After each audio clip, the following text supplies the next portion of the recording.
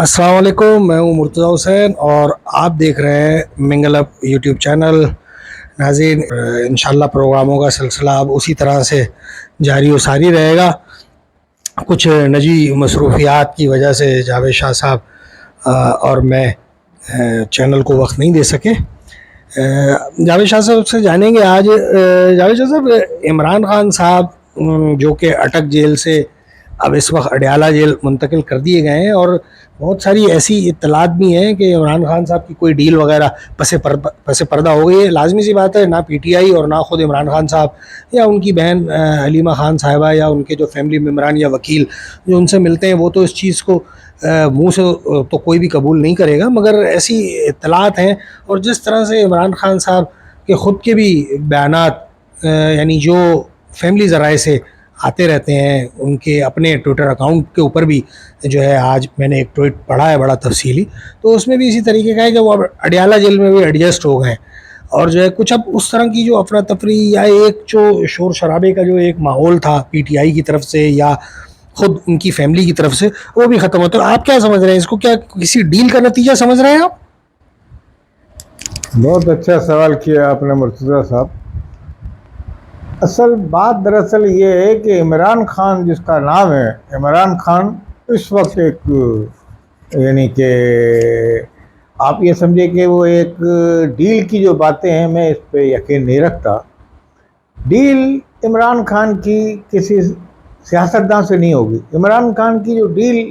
وہ جو کرنا چاہ رہے ہیں یا ڈیل ہونے کی جو باتیں ہیں، وہ ڈیل ہوگی آرمی سے، کیونکہ جو صاف بات ہے اور سچی بات ہے، اس وقت عمران خان کی سیاستدانوں سے جو لڑائی تھی، اس کے بعد وہ لڑائی انہی کی پارٹی نے اپنی ناعقبت اندیش پالیسی کے ذریعے یا ان کے جو کارندے نیچے سیاستدان جو دوسرے تھے، انہوں نے جان بوجھ کر اس کو آرمی کی طرف موڑ دیا۔ تحریک انصاف کی جو عوامی پالیسی تھی، تحریک انصاف کی جو عوام کے لیے آواز تھی، اس کو کل کر دیا گیا۔ آواز کو اس طریقے سے آرمی سے مٹ بھیڑ کر کے انہوں نے اپنے تحریک انصاف کے جو کاسٹ کو بھی نقصان پہنچایا، اور تحریک انصاف کی جو یعنی کہ جدوجہد ہے، اس کو بھی نقصان پہنچایا۔ اب جب تک آرمی ان سے کوئی ہاتھ نہیں ملاتی، جب تک آپ یہ تمام خبروں پہ یقین نہ رکھیں، کوئی ڈیل وغیرہ نہیں ہوگی۔ اچھا، آرمی سے جب تک وہ کھلم کھلا آرمی سے یہ نہیں کہیں گے کہ میں معذرت چاہتا ہوں، یہ جو میرے لوگ آپ کے وہاں کور کمانڈر ہاؤس میں پہنچے یا جو بھی فوج کے ساتھ پورے پاکستان میں تنصیبات پہ شہداء کی تصاویر کی بے حرمتی جو بھی ہوا پی ٹی آئی کی طرف سے، اس کی وہ کھلم کھلا میں یہ سمجھتا ہوں کہ جب تک وہ معذرت نہیں کریں گے یا کھل کے اس کا اظہار نہیں کریں گے کہ یہ ایک غلط بات تھی اور غلط قدم تھا، تو جب تک آرمی کے، اور ایک تو آرمی چیف جو موجودہ ہیں ان کی پالیسی میں تبدیلی آ گئی ہے، یعنی کہ یہ باجوہ صاحب کے ٹائم پہ ہی آرمی نے اپنا چینج کرا، وہ سیاست میں بس مداخلت نہیں کریں گے، انہوں نے یہ کہا ہے۔ تو سیاست میں ان کے ساتھ تو کسی ڈیل کا امکان ہی نہیں ہونا چاہیے، خارج امکان ہے۔ پھر بھی اگر پس پردہ کوئی ایسی باتیں ہیں تو وہ اسی صورت میں ہی ممکن ہوگا جب تک وہ یہ سب اعلان نہیں کریں گے کہ ہم اپنے کیے پہ معذرت نہیں کریں گے یا جو کچھ بھی ہے ان کا، یہ جب تک اس کو آپ ڈیل کہیں یا کوئی خوش آئند بات کہیں۔ مگر آرمی نے سیاست میں اب پیچھے بیک فٹ پہ کر لی، اب وہ پیچھے رہیں گے۔ بہرحال پاکستان کے حکومتی معاملات میں وہ حصہ لیتے رہیں گے، ان کو حصہ لیتے رہنا چاہیے، کیونکہ پاکستان میں تمام ادارے جب مل کے جب تک نہیں چلیں گے پاکستان ترقی نہیں کر سکتا۔ اس لیے یہ جو ڈیل ویل کی باتیں یہ تو سب ہے۔ اچھا جاوید شاہ صاحب، یہ آنے والے الیکشن میں جو جنرل الیکشن ہونے جا رہے ہیں جنوری کے آخر میں، جس کے بارے میں کہا جا رہا ہے، تو آپ پی ٹی آئی کا وجود کس حد تک خطرے میں دیکھ رہے ہیں، یا جو بیلٹ پیپر ہوتا ہے اس پر آپ بلے کے نشان کو دیکھ رہے ہیں، یا آپ کیا سمجھتے ہیں کہ کیا منظرنامہ بنے گا؟ Imran Khan minus P T I بنے گا معاملہ، یا پھر عمران خان صاحب بھی موجود ہوں گے؟ دیکھیں مرتضیٰ صاحب، بہت اچھا سوال کیا، اور یہ سوال ایسا ہے کہ یہ بڑے ماضی کی بھی بات کر لیتا ہے، اس میں آ جاتی ہے، اور مستقبل کی۔ یہ سوال آپ نے ایسا کیا ہے کہ ماضی میں اس طرح کے تجربات ہوتے رہے کہ مائنس کیا جاتا رہا بعض سیاسی رہنماؤں کو، مگر ہمارے پاکستان میں ایک شخصیت کا شہر ہوتا ہے، اس شہر میں اس کے جو کارکنان ہیں، اس کے جو پاکستان کے عوام ہیں گرفتار ہوتے ہیں،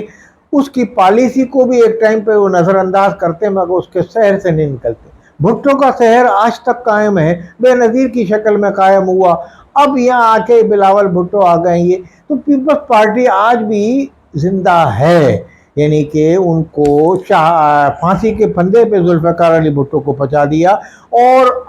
مارشل لا لگی ہے، مارشل لا میں ظلم و ستم کے پہاڑ بڑے ہوئے ان کے ساتھ، پیپلز جی ہاں، پارٹی کے جی ہاں۔ ساتھ، پیپلز پارٹی کے ساتھ بہت کچھ ہوا، مگر وہ جمہوریت میں آج تک زندہ ہے۔ تو یہ مائنس کرنا اس مسئلے کا حل نہیں ہے، اور بلے کا نشان اس صورت میں دیکھ رہا ہوں کہ اگر کورٹ میں کوئی ان کے خلاف کارروائی نہیں کی جاتی، اگر کورٹ میں یہ ثابت ہو جاتا ہے عدلیہ میں کہ جناب پاکستان کے کسی مفادات پہ انہوں نے ضرب لگائی سائفر کیس کے حوالے سے، یا آرمی کی جو تنصیبات پہ حملہ کیا وہ ایک کیس ہے، پاکستان کے مفادات کو، جو پاکستان کے مفادات کو جو زخم پہنچائے گا یا ضرب لگائے گا، اس کو پاکستان میں سمجھتا ہوں اس پارٹی کو یا کسی کو شاید سیاست کرنے کی کورٹ عدلیہ اجازت نہ دے۔ یہ تو ہو سکتا ہے، ادروائز کوئی جعلی طریقے سے ان کو اگر بلے کا نام بیلٹ پیپر سے ہٹایا گیا یا عمران خان کو سائیڈ لائن کیا گیا کسی جعلی طریقے سے بغیر کسی قانونی طریقے سے، تو ان کا نام قائم رہے گا، وہ الیکشن نہیں ہوں گے، اور پاکستان میں پھر یوں ہی افراتفری کا بازار گرم رہے گا، کیونکہ بہرحال اس وقت بھی عمران خان پاکستان کے مقبول لیڈر ہیں، اور مقبول لیڈر ابھی تک ہیں۔ اچھا جاوید شاہ صاحب، یہاں اگر ہم بات کریں کچھ مختلف امور کے اوپر، تو ان میں صحافی عمران ریاض صاحب کی اگر ہم بات کریں تو ان کے بارے میں، جیسے کہ پی ٹی آئی کا سوشل میڈیا ونگ جو ہے بڑی افواہیں ماضی میں پھیلاتا رہا، اور اب اسی قسم کی افواہیں جو ہے فرخ حبیب کے حوالے سے بھی، سیاستدان ہیں ان کے حوالے سے بھی، پی ٹی آئی کے ہی رہنما ہیں، اور ان کے بارے میں بھی اسی طرح کی افواہیں پھیلائی جا رہی ہیں جس طرح کی عمران ریاض کے بارے میں پھیلائی جاتی رہی، اور آج عمران ریاض سب کے سامنے موجود ہیں۔ تو آپ یہ جو ہے، آپ یہ کیسے دیکھ رہے ہیں فرخ حبیب صاحب کا معاملہ، اور یہ جو پروپیگنڈا ہمارے یہاں شروع کیا جاتا ہے، اسے روکنا ممکن ہے، یا آپ سمجھتے ہیں اس کے اوپر کسی قسم کی کوئی روک ٹوک نہیں ہو سکتی؟ اصل بات دراصل یہ ہے کہ پاکستان کے اندر پروپیگنڈے کے اندر، یعنی کہ ذوالفقار علی بھٹو کی جو پیپلز پارٹی جو قومی اتحاد کی حکومت تھی، تو اس میں واحد جماعت اسلامی تھی جو پروپیگنڈے میں نمبر 1 تھی۔ پروپیگنڈے کا جو ہوتا ہے معاملہ، یہ اس میں کارکنان اور پڑھے لکھے لڑکے اور یہ اس میں کام کرتے ہیں، اور آج تو ٹیکنالوجی آج تو اس وقت میں بتا رہا ہوں، بھٹو صاحب کے خلاف ایسے پروپیگنڈے کر دیے تھے، ایسی باتیں آتی تھی کہ منظر عام پہ پیپلز پارٹی کے بارے میں کہ پیپلز پارٹی پاکستان کی میں سمجھتا تھا کہ غدار ترین پارٹی ہے، مطلب اس طرح کا جماعت اسلامی کا۔ تو پروپیگنڈا کسی بھی جماعت کو شہرت پہ، قومی اتحاد کی تحریک بہت 9 ستارے کی بہت اوپر جاتی تھی، اس کے اتنا پروپیگنڈا تھا کہ یہ آئے گی 77 کی سطح پہ، یہ چیزوں جو اشیاء خوردنوش کی قیمتیں لے آئے گی۔ ان کے رفیق باجوہ سے بعد میں انہوں نے اس سے منحرف ہو گئے، کوئی بھی نہیں لا سکا۔ تو مگر یہ ایک بات پروپیگنڈا بڑا زبردست، اس وقت پروپیگنڈا جماعت کے بعد پھر پروپیگنڈا مشینری جو ہوئی، جس نے عوام میں وہ پروپیگنڈا جو عوام میں جگہ گھیر لیتا ہے، عوام کے دلوں میں، عوام کے دماغوں میں چھا جاتا ہے،